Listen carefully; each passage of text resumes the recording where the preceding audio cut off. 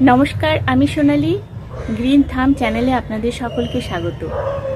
आज के आमी चले एसेछि आमार छाद बागाने ग्रीष्मकालीन एकटा खूब परिचित एवं खूब सुंदर एकटा फुल गाछेर परिचर्या निये। एखन चलछे मे मास। এই मे मासेও অনেকের কাঠচাপা গাছে ফুল আসে না। এই যে ফুল আসছে না এই সময় মোটামুটি মার্চ মাস থেকে এপ্রিল মাস, মে, জুন এমনকি পুজোর আগে পর্যন্ত এই কাঁঠালি চাপা গাছে ফুল হতে দেখা যায়। কিন্তু এখনো পর্যন্ত ফুল না আসার জন্যে আমরা এই সময় কি পরিচর্যা করব সেই বিষয়ে আজকে আমার প্রতিবেদন। এইটা আমার বাগানের একটা কাঠচাপা গাছ। আমার গাছেও কিন্তু এখনো পর্যন্ত ফুল আসেনি। এই গাছটার বয়স মাত্র 2 বছর হবে কি তারও একটু কম হবে। তো এই গাছটা শীতকালে ডরম্যান্সিতে চলে গেছিল, একটাও পাতা ছিল না। তারপর এই ডরম্যান্সি পিরিয়ড থেকে ফিরে আসার পর এতগুলো পাতা দিয়েছে গাছে এবং ডালও গজিয়েছে। গত বছরে আমার প্রথম ফুল হয় এই গাছে। তবে আজ এখনো পর্যন্ত কিন্তু এই গাছে ফুল আসেনি। তার কারণ আমি কিন্তু একদমই এর কোনো কেয়ার করিনি। ডরমেন্সি পিরিয়ড থেকে ওঠার পর আমি একমাত্র মিক্স সার এতে দিয়েছিলাম, আর কোনো সার এই গাছে দিইনি। দেখুন বেশ কয়েকটা কিন্তু এখান থেকে যেমন একটা ডাল গজিয়েছে।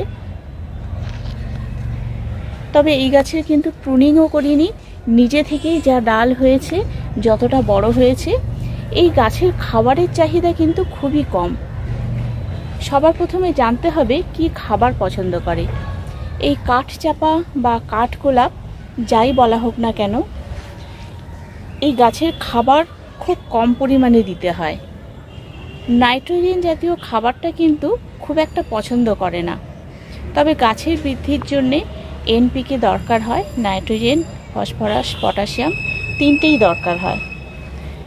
কিন্তু তিনটের মধ্যে কোন গাছ কোনটা বেশি পছন্দ করে, কোনটা কম পছন্দ করে, সেটা আগে আমাদের বুঝে নিতে হবে। তারপর সেই অনুযায়ী আমাদের খাবার দিতে হবে। এই গাছে নাইট্রোজেনের পরিমাণটা কম দিলেও চলে, আর প্রয়োজন হয় ফসফরাস বা ফসফেট, এবং ফুল আসার জন্যে যেটা প্রয়োজন সব থেকে সেটা হচ্ছে পটাশিয়াম। মোটামুটি 1.5 থেকে 2 মাস অন্তর যদি এই গাছে মিক্স সার যেটা আমরা বাড়িতে বানাই সেই সারটা দিলে এর কিন্তু চাহিদা মিটে যায়।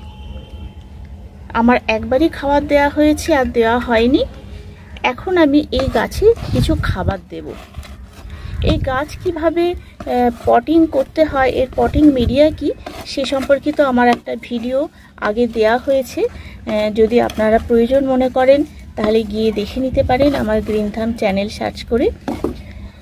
আর এখন আমি কি করব, এই যে গাছের ভীষণ আগাছা হয়, গাছের খাবার পড়লেই গাছের মধ্যে খুব আগাছা হয়। তবে আগাছাগুলো আমি এতদিন তুলিনি, তার কারণ প্রচণ্ড গরমের জন্যে এই আগাছাগুলো যদি উপরে থাকে তাহলে কিছুটা মাটিটা ঠান্ডা থাকে, সেই জন্য আমি এগুলোকে তুলিনি। আজকে আমি তুলে দিচ্ছি, কারণ আজকে আমি গাছে খাবার প্রয়োগ করব। প্রথমত আমাদের জানতে হবে যে এই গাছের মিডিয়াটা কীরকম হওয়া দরকার, কি খাবার পছন্দ করে, আর কীরকম জায়গায় রাখবো, এই প্রকৃতিটাই বা কি সেটা আমাদের আগে বুঝে নিতে হবে। এই গাছ যারা মনে করেন যে একটা কিনে আনলাম, কিনে এনে যেখানে সেখানে লাগিয়ে দেব, আমার ব্যালকনিতে জায়গা আছে বা কিছুটা শেডে গাছের তলায়, সেভাবে কিন্তু চলবে না। যে কোনো গ্রীষ্মকালীন ফুল গাছ রাখতে হবে একদম রোদে, মানে যথেষ্ট পরিমাণে সানলাইট পায় এমন জায়গায় কিন্তু এই গাছটাকে রাখতে হবে। আর এই কাঠচাপা গাছের জলের চাহিদাটাও কম, যেহেতু এর পাতাগুলো বেশ মোটা মোটা, সেই জন্যে জল যেটা অ্যাবজর্ব করে সেটা কিন্তু পাতায় অনেকটা সংরক্ষণ করে রাখে। তার ফলে 2-3 দিন যদি এই গাছে জল নাও দেওয়া হয় তাহলে এই গাছ কিন্তু সারভাইভ করে যাবে, কোনো অসুবিধা হবে না।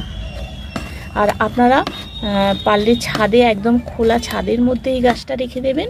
তবে প্রচণ্ড হিটে যেটা হয় এই সময়, সেটা হচ্ছে গাছের পাতায় একটু ব্রাউন স্পট পড়তে পারে এইরকম, কিন্তু এর জন্য ভয় পাওয়ার কিছু নেই, এর জন্য গাছের কিন্তু কোনো ক্ষতি হবে না। যদি ছত্রাক বা ফাঙ্গাস যদি অ্যাটাক করে, তাহলে সেরকম কিছু ওষুধ আপনাদের প্রয়োগ করতে হবে, যেটা দিলে সেই ফাঙ্গাসটা কমে যাবে। কিন্তু এটাকে কখনোই সেমি শেড বা শেডি এরিয়াতে রাখা যাবে না। আমার আছে একদম বাইরে ওপেন ছাদে, আমার ছাদে কোনো শেড নেই, এভাবেই আমার রাখা আছে। গাছটা ডরমেন্সি পিরিয়ড থেকে নিজে নিজেই সারভাইভ করেছে।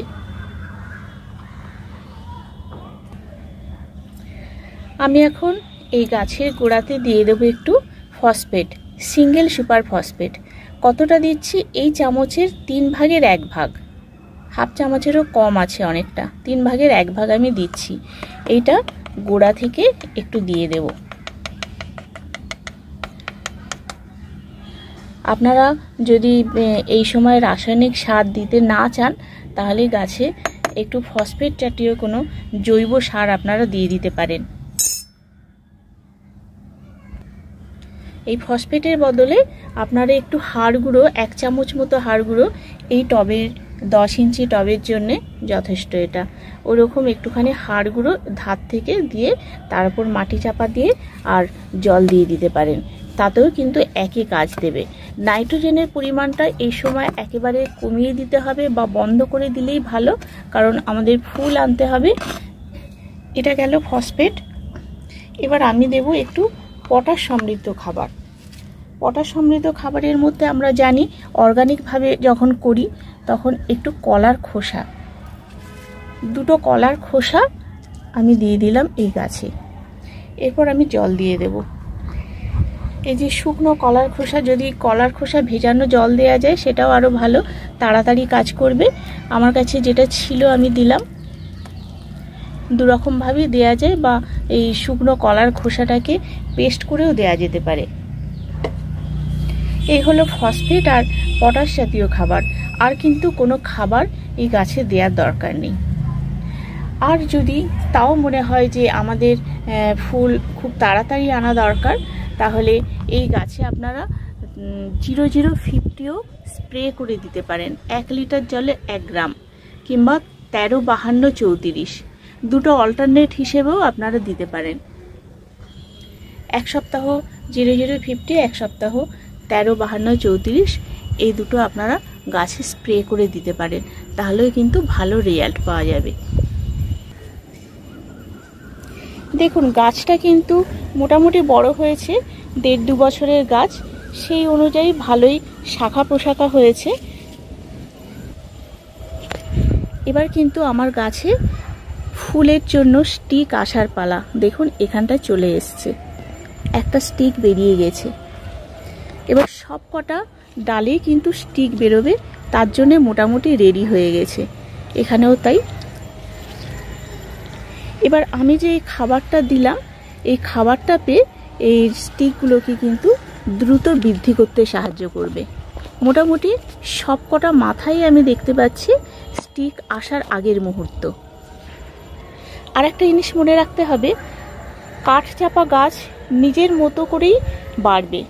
এই গাছের আমরা ঝোপালো করার জন্য অন্যান্য গাছ যেমন আমরা ডাল কেটে দিই বা প্রুন করে দিই, এই গাছে কিন্তু কোনো রকমভাবে ডাল কাটা বা প্রুন করা যাবে না।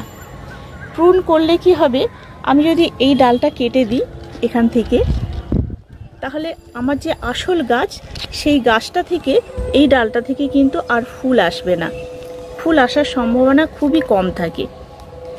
কিন্তু এই ডালটা কেটে আমরা যদি চারা তৈরি করি, সেই ডালটা থেকে কিন্তু চারা হয়ে যাবে ঠিক মতো, এবং সেই চারা গাছ থেকে বড় হলে আস্তে আস্তে ফুল হবে। কিন্তু যেই গাছের ডাল কাটবো, সেই ডালটা থেকে ফুল আসার সম্ভাবনা খুবই কম থাকে। যদিও আমাদের উদ্দেশ্য এই গাছগুলোকে একটু ছোট বেটে করে রাখা আর কি, কারণ আমরা ছাদ বাগানে গাছ করছি, ছাদ বাগানে বেশি গাছ বড় হতে দেয়া যায় না। সেই জন্য এটা যেটা করা দরকার সেটা হচ্ছে এই গাছকে খুব বেশি বড় টবে দেওয়া উচিত নয়। গাছকে দেখুন এত বড় গাছকে আমি মোটামুটি 10 ইঞ্চি টবে দিয়েছি। এই গাছ রুট বাউন্স করা খুব পছন্দ করে। একদম রুট বাউন্স করে গেলে রুটটা যখন একদম মনে হবে আর পাচ্ছে না, ফেটে বেরিয়ে আসছে টব থেকে, ঠিক সেই সময় আপনারা এটাকে আর একটু, মানে এটা যদি 10 ইঞ্চি হয় আপনারা 12 ইঞ্চি টবে দেবেন, মানে 2 ইঞ্চি বড়, মানে এর পরের সাইজের যে টবটা সেই টবটাতে দিলেই হবে। এর থেকে কিন্তু বেশি বড় টবের দরকার হয় না। যত বড় টব হবে গাছ তত বেড়ে যাবে, আর আমাদের ছাদ বাগানে আমরা অত বড় গাছ রাখতেও পারবো না।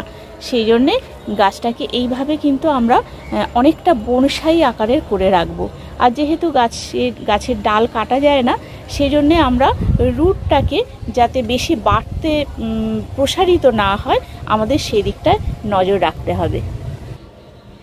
তাহলে বন্ধুরা, আপনারা এই কটা টিপস একটু মাথায় রেখে গাছের পরিচর্যা করুন, তাহলে দেখবেন আপনার গাছও খুব সুন্দর হবে এবং সেই গাছ থেকে প্রচুর পরিমাণে ফুল পাবেন।